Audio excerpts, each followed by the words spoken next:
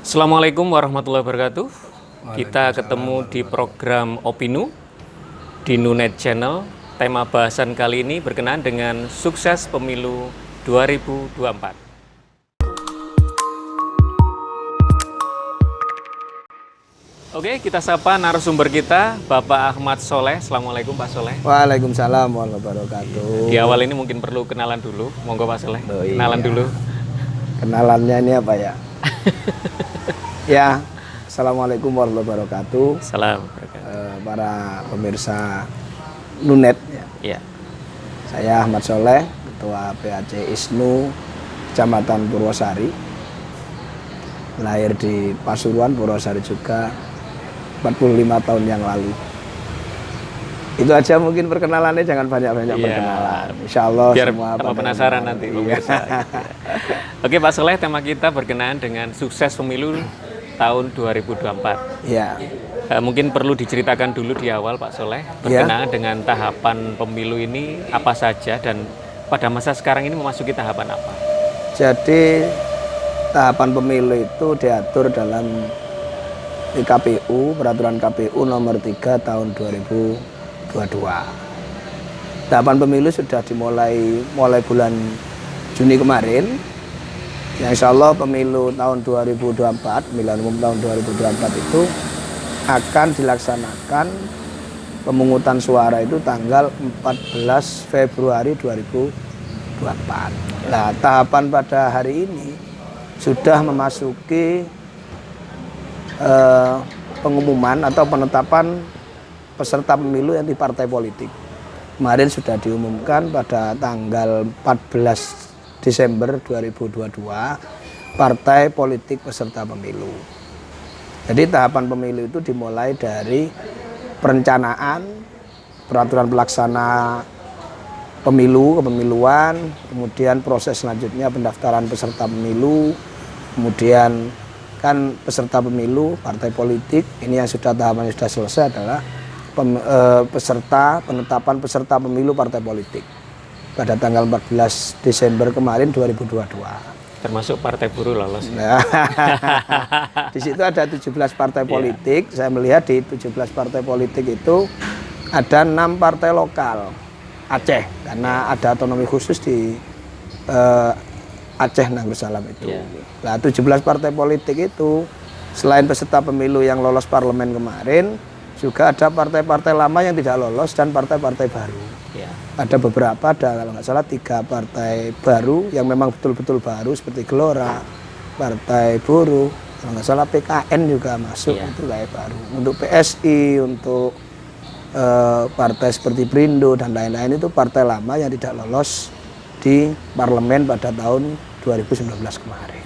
Untuk partai-partai yang lolos itu nomor tetap ya, seperti PKB itu nomornya tetap. Kemarin hanya ada 1 partai yang ikut undian, itu P3. Ya, P3 itu akhirnya turut undian. Ya, untuk yang lain memang kemarin KPU itu memberikan kesempatan kepada partai yang masuk parlemen kemarin untuk sesuai dengan nomor urut yang lama. Hanya P3 yang kemudian tetap mengikuti undian di KPU kemarin. Ya. Seperti itu. Ini hawanya sudah ini terasa hangat jelang pemilu ini dan situasi politiknya juga mulai hot gitu ya. Nah, ke depan ini yang kita khawatirkan salah satunya adalah politik identitas. Nah, untuk menangkal dari politik identitas yang kemarin di periode pemilu yang lalu ini cukup membuat kita ini terpecah belah gitu ya. Apa kira-kira strategi dari kita khususnya NU untuk menangkal politik identitas ini agar tidak terjadi seperti kejadian di pemilu yang lalu? Politik identitas, kalau pemahaman saya memang politik identitas itu setiap pemilu memang terus berjalan. Yang penting bagi saya bagaimana pemilu itu tetap jalan secara demokratis. Memang tidak terlepas kadang-kala politik identitas itu. Tapi untuk menangkal agar terjadi perpecahan itu yang harus kita lakukan. Jangan sampai kemudian gara-gara identitas, akibat dari identitas itu Akibat dari politik identitas itu kemudian malah menjadi sesuatu yang blunder, memecah belah persatuan bangsa. Seperti contoh partai agama ini, partai agama itu. Kemudian pakai partai ras ini, ras itu, kan menjadi sebuah persoalan bangsa. Misalnya untuk menangkal itu kita harus pahami bersama bahwasanya negara Indonesia itu adalah negara yang Bhinneka Tunggal Ika, yang berbeda-beda, berbagai macam ras, berbagai macam suku dan lain sebagainya. Dan untuk menangkal itu kita harus mempunyai jiwa, ya jiwa Pancasila, berjiwa nasionalisme yang tinggi untuk menangkal itu. Nah, kita sebagai warga Nahdlatul Ulama, ya bagaimana kita memberikan pandangan kepada warga Nahdlatul Ulama bahwasannya setiap warga negara itu berhak untuk menyampaikan pendapat sebagaimana dalam peraturan undang-undang. Kita jangan paksakan mereka untuk ikut partai politik A, B, C atau D. Partai ini, partai ini, partai ini, partai harus identitas ini, jangan. Itu jadi mungkin pengurus-pengurus partai harus membatasi diri, khususnya pengurus partai baru ini harus membatasi diri dari kegiatan ataupun paham yang kira-kira nanti mengarahnya ke politik identitas itu ya. Iya, paling enggak itu peserta pemilu. Peserta pemilu kan ada partai politik untuk pemilihan DPR, DPRD, itu kan partai politik. Iya. Kemudian peserta anggota DPD, pemilihan anggota DPD, kemudian peserta pemilihan wakil presiden dan presiden dan wakil presiden. Memang seyogianya kita dalam demokrasi itu bagaimana kita mengedepankan visi dan misi, bukan mengedepankan identitas. Ya, kalau kita menggunakan politik identitas, yang berbeda identitasnya dengan kita kayak sudah lawan aja gitu ya, dan udah diserang mati-matian pasti. Dan itu nggak sehat buat politik kita. Ada dua hal, yang satunya ini politik identitas, yang berikutnya yaitu hoax. Ya. Nah, bagaimana kita menangkal hoax ini? Kita itu sekarang kan harus cerdas benar. Jadi setiap melihat berita atau melihat di internet, melihat di macam-macam media, medsos maupun apapun itu, kita sebagai seorang yang cerdas, warga Nahdlatul Ulama atau pengurus Nahdlatul Ulama, tidak serta-merta kemudian menanggapi sesuatu berita itu secara tiba-tiba. Harus ada tabayun, harus ada klarifikasi. Check and recheck. Ya, check and recheck apakah kebenaran berita itu ada. Karena memang dalam tahun politik ini, apapun caranya, apapun itu akan dilakukan oleh peserta pemilu, sehingga untuk memenangkan dirinya atau kelompoknya. Itu sudah, menurut saya, pandangan saya selama dulu dari Panwas itu memang ya seperti itu gitu loh. Kalau mengikuti berita setidaknya dari lembaga-lembaga pemberitaan yang qualified ya. Ya. Seperti Warta Bromo misalnya. Nah, iya, karena itu kan milik kita sendiri. Jawa Pos, Detik, gitu, yang sudah kredibel lah gitu ya. Yang betul-betul menerapkan prinsip-prinsip jurnalistik lah. Jangan asal share-sharean dari medsos terus kemudian kita bantu nge-share lagi, sementara itu belum pasti kebenarannya gitu ya. Iya, kadang-kala kita itu sulit mencegah seperti itu, mencegah berita-berita, karena memang semua orang kan bisa mengakses, bisa melihat grup-grup WA, grup-grup Instagram. Di situ sulit sekali kita menangkal. Makanya sebagai atau untuk menangkal hoax itu, maka yang harus kita lakukan yaitu tadi check and recheck. Terus berita itu dari mana? Kalau perlu konfirmasi. Kalau bila itu memojokkan seseorang, konfirmasi pada yang bersangkutan. Langsung kontak ya? Iya, langsung kontak. Banyak sekali. Jangankan orang besar yang diisukan, yang sebenarnya orang-orang kecil aja seperti saya aja diisukan, ya Anda baik-baik ya banyak. Iya. Itu karena memang apalagi tahun politik sekali lagi. Tahun politik itu memang berita-berita untuk mendiskreditkan hak golongan lain itu sering terjadi. Tapi itu ke depan ya harus kita tangkal, ke depan sebagai pemimpin-pemimpin organisasi ataupun khususnya di warga Nahdlatul Ulama ini bagaimana hoax itu bisa ditangkal. Makanya media net ini juga harus dibesarkan untuk menangkal itu. Iya. Ini salah satu proses untuk bagaimana melawan hoax, memberitakan yang sebenarnya. Sebagai media penyeimbang kan. Iya. Gitu. Dan perlu barangkali peserta pemilu ingat bahwa rekam jejak digital itu tidak bakalan hilang loh. Iya. Kalau sudah pernah melakukan hoax ataupun politik identitas itu di periode yang lalu, itu pasti akan bisa diputar sekarang atau sampai kapanpun nggak bakalan hilang gitu ya. Dan itu kita harus cukup hati-hati untuk bermain-main di situ ya. Makanya memang butuh. Tidak hanya sekedar menang ya. Digital itu kalau kita ingin menang, kita ingin kuat, maka memang salah satu unsurnya itu ya digitalisasi, penguatan di digitalisasi itu. Ya mudah-mudahan UNED selalu memberitakan yang terbaik lah. Ya. Amin, mudah-mudahan. Iya. Ya. Berikutnya ini tentang partisipasi warga NU. Ya. Mensukseskan pemilu 2024. Gimana himbauan dari panjenengan untuk dari Pak Soleh untuk warga NU ini bagaimana sih mensukseskan pemilu 2024 ini? Ya namanya mensukseskan pemilu itu kita lihat posisi dari masing-masing person dari warga NU. Kalau sebagai pengurus, kalau himbauan saya sebagai pengurus, ayolah kita mencoba untuk bertindak netral. Apapun itu, warga NU itu ada di berbagai macam partai politik. Meskipun itu tidak sesuai dengan politik yang dilakukan oleh pengurusnya atau tidak sesuai dengan tidak sama dengan tokoh-tokohnya, biarlah mereka itu suara mereka. Itu yang pertama sehingga nanti cara antisipasi betul. Yang kedua, warga NU atau pengurus NU yang menjadi penyelenggara pemilu yang fair, yang netral. Baik itu jadi pengawas pemilu, Panwascam kalau di tingkat kecamatan, Bawaslu kalau tingkat kabupaten, kemudian jadi PPK, KPU sampai PPS, itu ya bertindak sesuai dengan real ketentuan peraturan undang-undang. Kerjasama dengan kita kan? Loh iya. Untuk sosialisasi dan lain sebagainya. Makanya upaya-upaya itu misalnya contoh di pengawas pemilu. Bagaimana cara menciptakan situasi yang kondusif misalnya. Ya tidak hanya penindakan, bagaimana mampu memberikan sosialisasi tentang perundang-undangan, mampu bertindak secara keluargaan, mampu bagaimana bertindak dalam penindakan, dalam pengawasan itu bersosialisasi kepada masyarakat terkait dengan ketentuan-ketentuan pemilu. Terus PPK dan PPS misalnya, ya harus bagaimana dia itu menjalankan tugasnya sesuai dengan peraturan undang-undang juga, karena undang-undang kita itu baik. Kadangkala malah person dari penyelenggara pemilu, peserta pemilu lah yang melakukan tindakan-tindakan di luar itu. Kalau kita patuh pada undang-undang, insya Allah semuanya akan berjalan dengan baik.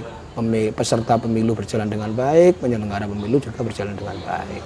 Jadi dipersilakan untuk melaksanakan tugas sesuai dengan profesi masing-masing, job desk-nya. Tapi kalau posisi ada di NU, ya harus tahu bahwa kita dijagalah netralitas di NU. Iya, ikutilah aturan main. Di mana kita posisinya, ya aturan main diikuti. Seperti sepak bola. Janganlah kampanye di gedung NU gitu ya. Masalah itu kan kena peringatan. Kalau memang itu semuanya diperbolehkan, ya semuanya diperbolehkan. Karena tidak ada larangan orang kampanye di gedung milik organisasi itu tidak ada larangan. Yang tidak boleh dimasuki. Yang dilarangkan gedung pemilik pemerintah dan tempat ibadah. Kalau memang itu netralitas misalnya di partai A boleh, ya partai B boleh, partai C boleh, itu tidak akan ada perpecahan. Tapi kalau misalnya partai A diperbolehkan, partai B tidak diperbolehkan, akan memunculkan sebuah situasi yang tidak kondusif. Ya, tetapi hasil muktamar lalu kan tidak memperbolehkan, Pak Soleh. Ya, ini saya ngomong aturan pemilunya. Ya. Nah, kalau memang aturan NU, aturan organisasinya harus patuh pada hasil muktamar. Ya, kalau memang tidak diperbolehkan, ya tidak diperbolehkan. Gitu. Ya. Tadi saya ngomong dalam konsep aturan pemilunya. Yang saya pahami, yang tidak boleh adalah di tempat-tempat ibadah atau lembaga pendidikan maupun gedung milik pemerintah. Ya, kalau milik swasta, ya tergantung bagaimana organisasinya yang mengatur. Kalau di dalam aturan organisasi di ADART hasil muktamar atau rekomendasi dan lain-lain itu tidak diperbolehkan, ya jangan dilakukan. Akan menjadi persoalan. Tidak persoalan dengan peserta pemilu, nanti persoalannya dengan pengurus NU-nya. Internal. Akhirnya internal menjadi sebuah polemik gitu. Akhirnya mengganggu nanti. Iya, seperti itu. Di dalam justru ya. Berikutnya yaitu kalau sudah ini sukses, kemudian berjalan dengan baik, dengan apa yang kita harapkan begitu, dan kita berhasil memilih wakil-wakil kita dengan tepat, memilih pemimpin-pemimpin kita dengan barangkali dengan baik, ataupun terpilih pemimpin yang sudah ideal.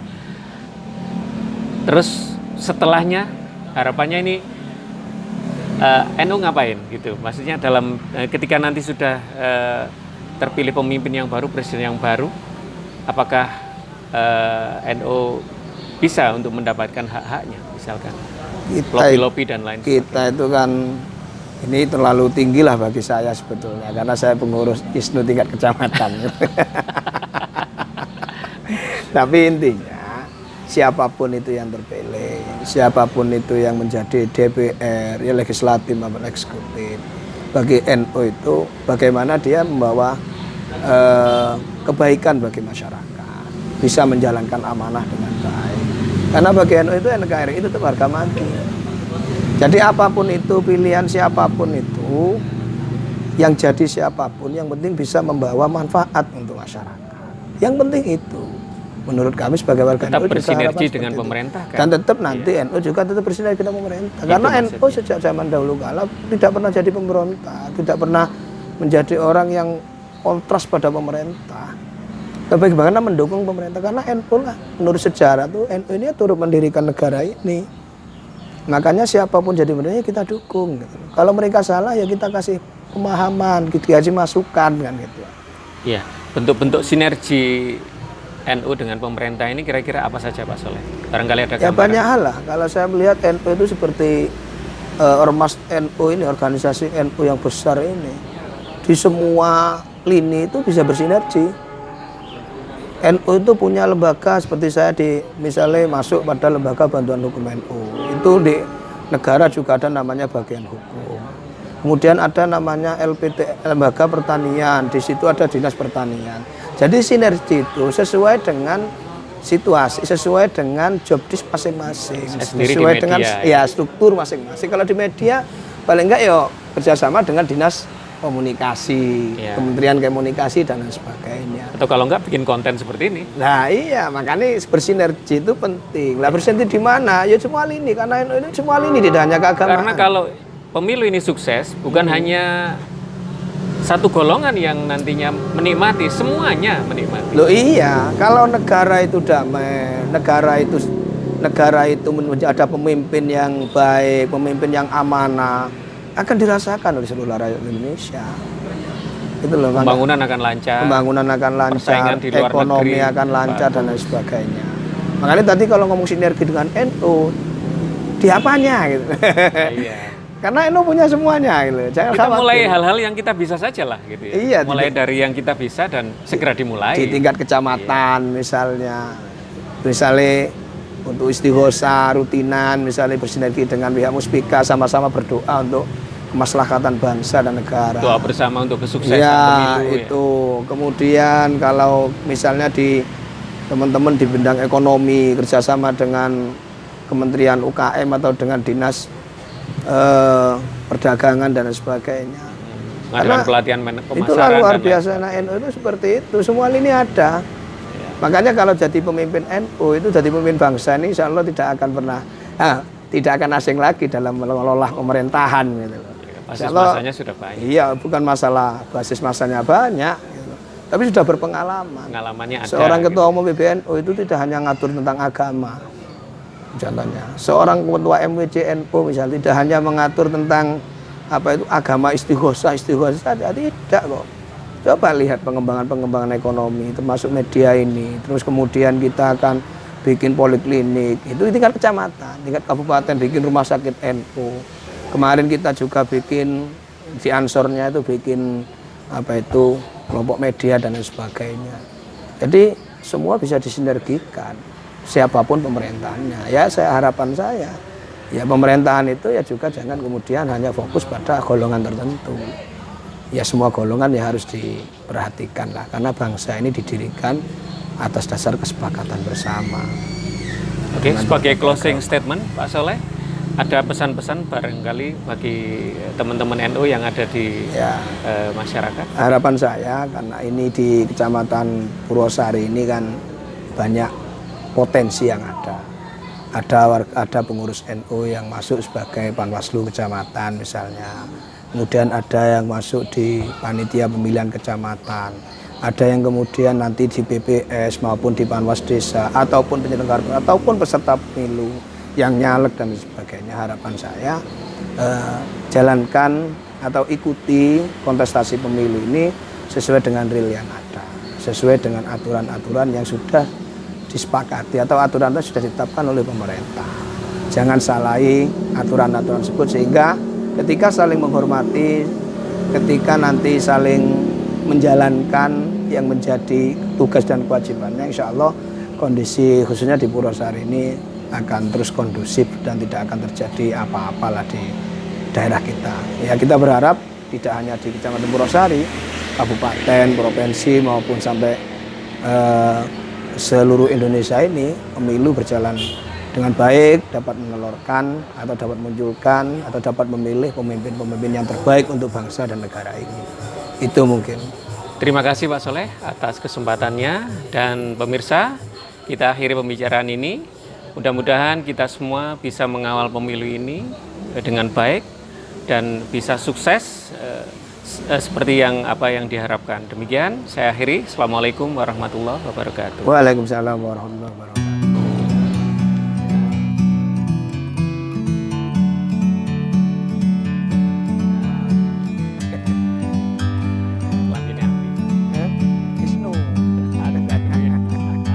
Like a bird on a tree,